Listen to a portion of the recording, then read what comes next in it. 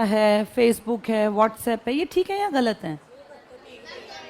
हाँ, ये बेटा ये साइंस है, और साइंस हमेशा दो चीजें साथ लेकर आती है, पॉजिटिव्स भी और नेगेटिव्स भी।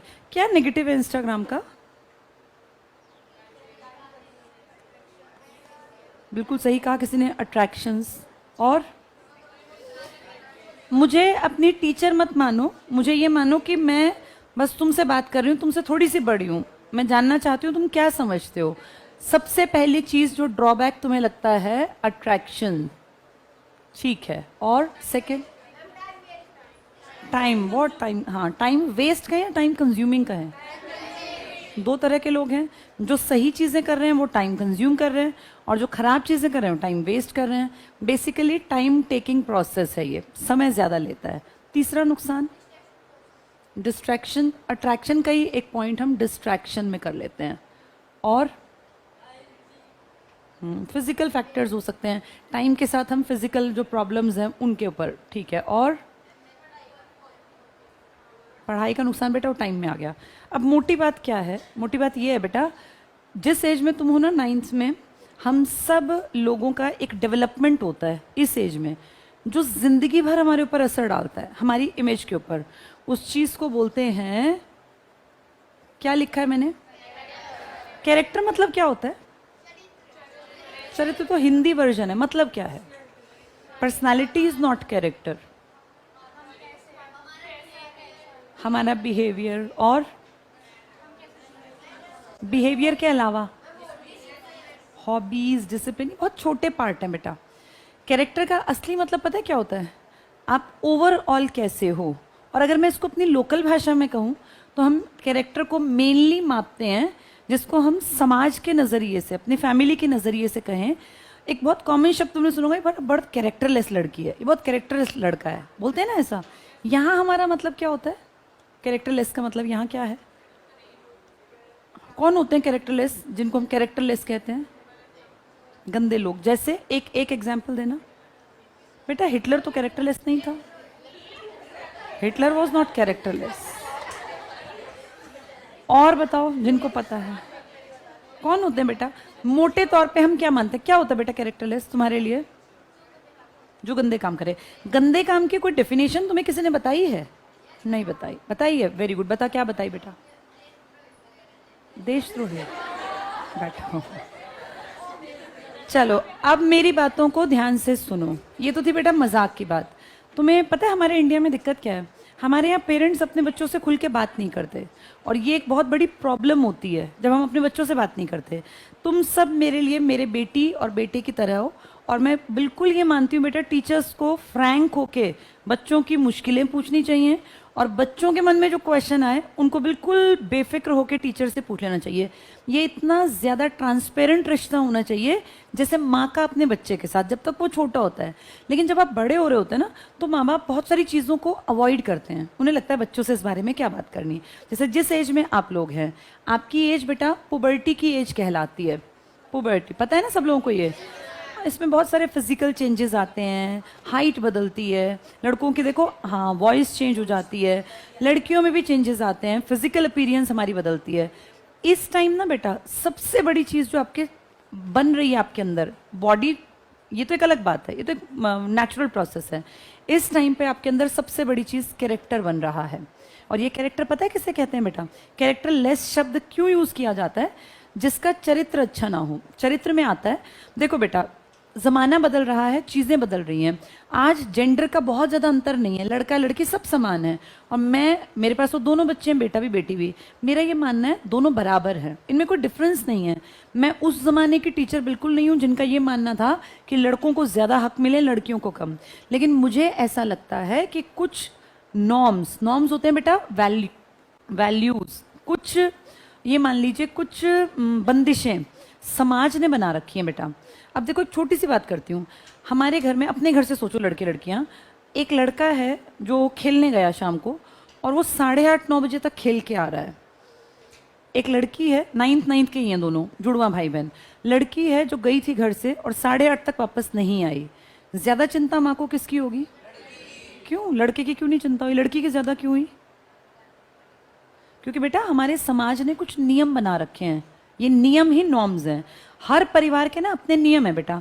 कोई भी लड़का अपने दोस्त के घर आपकी एज में रुक सकता है, कोई भी लड़की अपने दोस्त के घर आपकी एज में नहीं रुकने देगी मम्मा। मैं भी नहीं रुकने दूंगी बेटा, मेरी बेटी भी तो 10th पास करके गई है ना अभी, मैं नहीं रुकने दूंगी। ऐसा नहीं कि मैं पिछड़ी हुई माँ हूं, मैं इक्वलिटी में विश्वास नहीं करती, लेकिन कुछ चीजें बेटा इस बात को आपको समझना पड़ेगा, लड़कों को भी और लड़कियों को भी। कुछ चीजें हमारी भलाई के लिए इस सोसाइटी ने बना के दी हैं। जो समझदार लोग होते हैं ना वो उसको फॉलो करते हैं, और जो बेवकूफ होते हैं ना वो कहते हैं हम क्यों माने समाज की बातें। एक और एग्जाम्पल देती हूँ।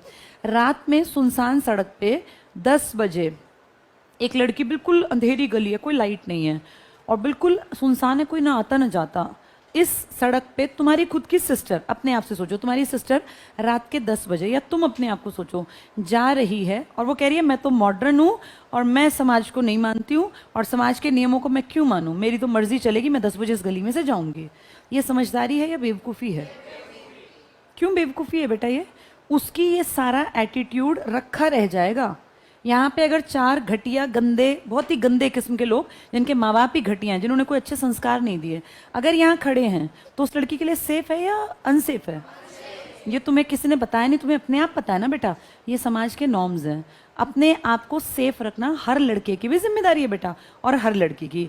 लड़कियों की सेफ्टी बेसिकली बायोलॉजिकली एक बड़ा फैक्टर है, क्योंकि वो फिजिकली उतनी स्ट्रांग नहीं होती। लेकिन बेटा लड़के भी बहुत बार आपकी एज में ना गलत रास्ता पकड़ते हैं, और जो लड़के गलत रास्ता पकड़ते हैं, पता है वो कैसे पकड़ते हैं गलत रास्ता? मान लो कोई लड़की है और वो लड़की उसको अच्छी लग रही है, आपकी एज में बिल्कुल नॉर्मल है। मैंने कल इन लड़कियों के से भी ये बात की थी, कोई भी अच्छा लगना, हमारी बॉडी में फिजिकल चेंजेस हो रहे हैं, हार्मोनल चेंजेस हो रहे हैं, हमें अच्छा लगना बिल्कुल नॉर्मल नेचुरल है। लेकिन हमारे दिमाग में एक बात हमेशा एक्टिव रखनी है हमें, कि हम करियर बनाने को पहली प्रायोरिटी देंगे। कोई अच्छा लगना या कोई साइड वाला लड़का कह रहा है कोई देख देख देख वो लड़की तुझे देख रही है, और तुम सोच रहे हो हाँ वो लड़की मुझे ही देख रही है, कोई ऐसा बेवकूफ़ नहीं होता बेटा। और लड़कों को मैं खास तौर से बता दूं, लड़कियां सिर्फ उन लड़कों से शादी करती हैं जो लड़के अच्छे पैसे कमाते हैं। ये बिल्कुल रियल फैक्ट है बेटा। कोई भी लड़का कितना ही हैंडसम हो, कितना ही सुंदर हो, उससे कोई शादी नहीं करता। अफेयर्स चलाना बुरा नहीं है, लेकिन एक एज के बाद बेटा, जब आप इंडिपेंडेंट हो जाओ ना, पैसे कमाने लगो, आपकी एक आइडेंटिटी हो, दुनिया आपका नाम जानती हो, तो आप जिससे चाहो उससे शादी कर लो।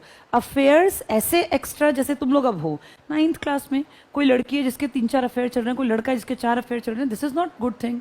ये तो बहुत गलत बात है। और इस टाइम पे तुम्हारा ये कैरेक्टर बेटा जो बिगड़ गया ना, ये सुधरेगा नहीं। फिर इसका पता है नुकसान क्या होगा? 9th तुम्हारी ऐसी ख्वाबों में, ख्यालों में निकल जाएगी, तुम्हें 9th का कुछ नहीं आएगा। जो इस टाइम बिगड़ता है वो बिगड़ता बिगड़ता बिगड़ता जाता है बेटा। 10th पूरी उसके सिर पे से जाएगी, वो 11th 12th में भी नहीं सुधरेगा। पता है कब सुधरेगा? जब उसके ऊपर एक क्वेश्चन मार्क आएगा कि ना 10वीं में नंबर आए ना 12वीं में, अब क्या करेगा। जो बच्चा नहीं पढ़ेगा, चाहे लड़का हो चाहे लड़की, पेरेंट्स को बेटा हम ये कहेंगे पढ़ाई पे से उठा लेना। क्यों पैसा बर्बाद करना जिसको पढ़ना ही नहीं है? क्यों पैसा बर्बाद करे पेरेंट्स का? क्यों अच्छे कपड़े दें? तुम बढ़िया पहन के ओढ़ के खाना खा के यहाँ आते हो, और अगर तुम नहीं पढ़ते हो तो ये बेटा तुम्हारी कमी है। मैं बिल्कुल वैसी टीचर नहीं हूँ कि जो मैं ये सोचूं कि बच्चा जो कर रहा है ठीक है, नहीं। जो नॉर्म्स बने हैं ना 9वीं क्लास के बाद, वो नॉर्म्स तुम्हें मानने चाहिए। और अगर तुम नहीं मानोगे तो फिर बेटा तुम्हारे पेरेंट्स के साथ बुला के हम पर्सनली उनको, हमारी हर चीज़ रिकॉर्ड होती है। देखो हर जगह कैमरे लगे हैं ना क्लास में, ये सब कुछ नीचे दिखाई दे रहा है। कोई भी ऐसी हरकत तुम्हें ना यहाँ करनी ना बाहर करनी। तुम इंस्टा पे एक्टिव हो, मुझे कोई दिक्कत नहीं, तुम फेसबुक चलाओ, व्हाट्सएप चलाओ, कुछ भी चलाओ, लेकिन बेटा कोई भी लड़का या कोई भी लड़की गलत मैसेज करते एक दूसरे को, या एक दूसरे का तीसरे का नंबर पास करते हुए मिले, तो फिर उसके माँ बाप को यहाँ बुला के और हमें उस सारे प्रूफ दे के उस बच्चे को यहाँ से चलता करना पड़ेगा। एक गंदा बच्चा सारी क्लास को नहीं बिगाड़ेगा। ये कहावत सुनी है तुमने कि एक गंदी मछली सारे तालाब को गंदा कर देती है, क्योंकि जो गंदा और घटिया है ना, वो साथ बैठे को गंदा घटिया करेगा। लाइफ बेटा बार बार नहीं मिलती। हर लड़के को अपने दिमाग में ये बात रखनी है कि मुझे अपने देखो लड़कियों की होती हैं बेटा शादियां, इनको अगले घर जाना है, पैसे इनको भी कमाने हैं, लेकिन तुम्हारे कंधों पे तुम्हारे पेरेंट्स की जिम्मेदारी ज्यादा आएगी। लड़कियों को अपनी लाइफ अच्छी बनानी है, इज्जत के साथ जीना है, सेल्फ रिस्पेक्ट, इसलिए उन्हें पैसे कमाने हैं। लेकिन लड़कों को पैसे इसलिए कमाने हैं क्योंकि बेटा तुम्हारे माँ बाप अब बुढ़े हो जाएंगे, उनकी केयर कोई तुम्हारी बहन नहीं करेगी, क्योंकि बहन को तो शादी करके अगले घर जाना है। लड़कियों का पैसे कमाना अपने लिए ज़रूरी है और लड़के का पैसे कमाना अपने पेरेंट्स, अपने लिए और अपनी आने वाली पीढ़ी के लिए ज़रूरी है। इसलिए लड़कों के जो कंधे होते हैं ना बेटा, ये बहुत मजबूत होने चाहिए, फिजिकली नहीं। तुम्हें इतने रुपए कमाने हैं कि तुम अपने बच्चों को अच्छे स्कूल में डाल सको, अपनी माँ अपने पापा जब वो बुढ़े हो जाएं तो उनके चश्मे, उनकी मान लो कोई ऑपरेशन कराना है घुटनों का, हार्ट का, आंखों का, तो तुम अपनी बहन को थोड़ी ना कहोगे कि बहन तू करा दे, तुम्हें करवाना है वो सारा काम।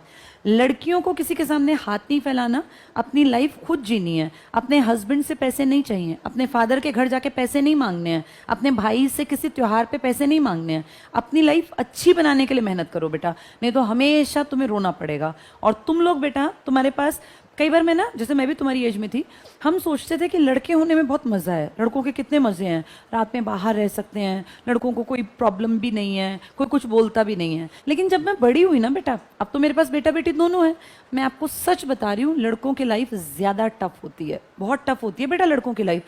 लड़कियों की लाइफ भी टफ है, नो डाउट, लेकिन लड़कियों को ना अगर दोनों को बराबरी पे देखे, क्योंकि मैं तो दोनों को देख सकती हूँ, मैं तो 40 ईयर्स की हूँ, तो मैं देखती हूँ कि लड़कियों को सोसाइटी के नॉर्म्स के अकॉर्डिंग सिर्फ थोड़ी सी चीज़ें करनी होती हैं, लेकिन सोसाइटी में लड़कों से एक्सपेक्टेशन बहुत ज़्यादा होती हैं। आपको उन कामों को करना ही करना है, आपके पास कोई एस्केप नहीं है, आप भाग नहीं सकते कि मैं नहीं कराऊंगा।